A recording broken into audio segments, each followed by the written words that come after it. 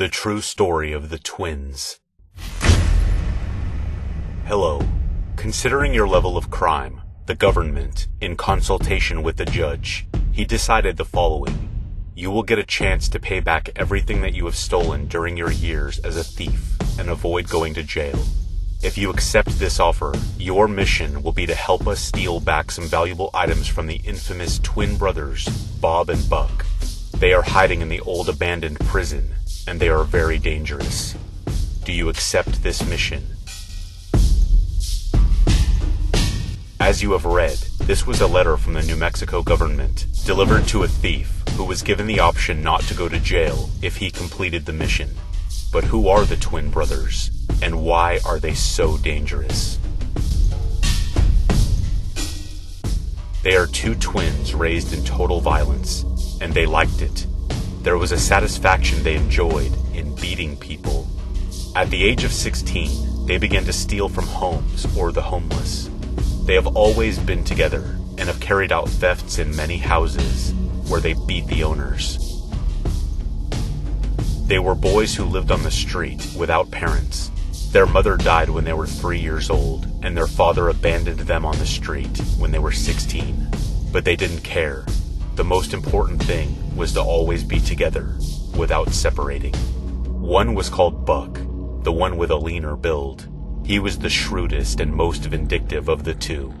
He was the one who usually planned robberies, where, when, and how to go stealing. He was very intelligent and the crudest of the two. He also often beat his brother when he got angry. Then there was Bob. He was stronger. He was the one who protected Buck and who hit the hardest during fights. Unlike his brother Buck, Bob was less cruel. He beat people only when it was necessary. Bob used to follow orders. In fact, many times when they disagreed, he was beaten by Buck. Despite these arguments, they loved each other and made a perfect match. Buck and Bob, after being abandoned by their father, went to live in Granny's house, which welcomed them. But why did Granny, who usually did not accept anyone, let them into the house? Actually, the twins knew Slendrina. They were the two children who attended her school and were in the same class. They were close friends and knew Slendrina's family, and so Granny too. Granny, after the curse of the castle and the disappearance of the spirit of Slendrina, turned into zombie, but the twins recognized her. Granny told them that Slendrina had died 2 years ago at the age of 14.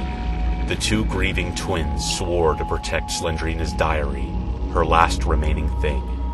While they lived together, Granny told the twins that Grandpa was in an old abandoned nursing home in Bulgaria, and that she intended to bring the Slendrina's diary there for greater security.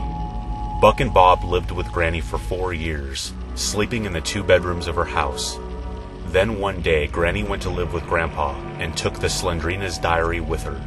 The twins stayed in her home and continued their criminal lives without ever being discovered by the police.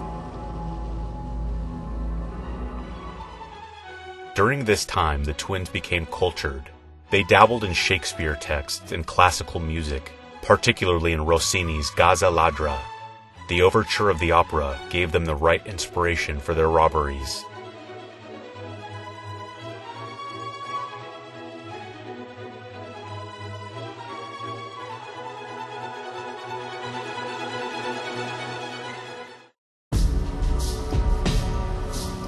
Granny and Grandpa one day sent a message to Buck and Bob. The message contained a very specific request. Granny and Grandpa needed money to complete the construction of some traps for Grandpa's house, but Granny didn't want the money the twins made from the usual robberies. She wanted something more, something big. In the nearest city, in fact, in a few days, a truck would pass with an important Roman gold coin inside, a large diamond, and a famous picture of the Mona Lisa. Granny and Grandpa had the purpose of selling these works to earn a large sum of money. If the twins had accepted, they would have received the best potions of Liev, the late husband of Slendrina. Do you remember? Liev, before becoming a vampire, was a scientist who helped Granny bring Grandpa to life. The latter, after Liev had become a vampire, stole all his potions. Buck and Bob agreed and began to study a plan. A few days passed and the twins were ready. That night, Buck and Bob approached the truck that was parked.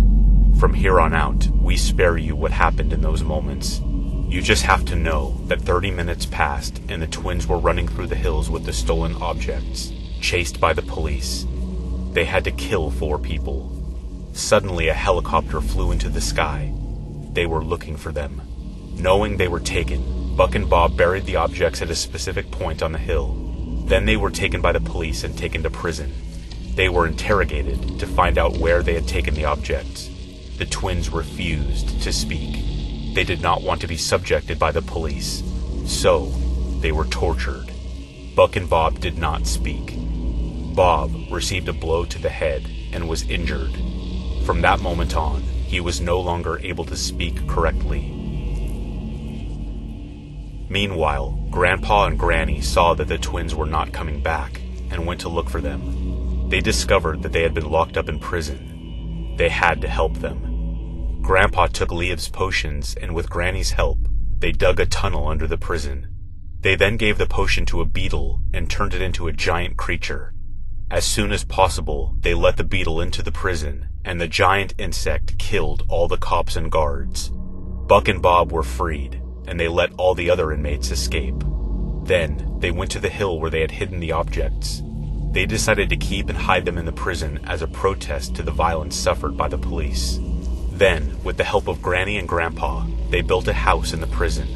A real trap, from which no one ever managed to get out alive. Under a hatch lives the giant beetle. The insect in this tunnel has the task of protecting some objects, or even to defend the prison. Now there is only one thing left to do. Try to steal the hidden objects in the prison. If you are lucky and very smart, you can do it. Sometimes Granny and Grandpa are guests in the prison, and then it will be even harder to escape. Many fail. When Buck and Bob get to you, they have a lot of ways to kill you. There's a rumor that they are cannibals.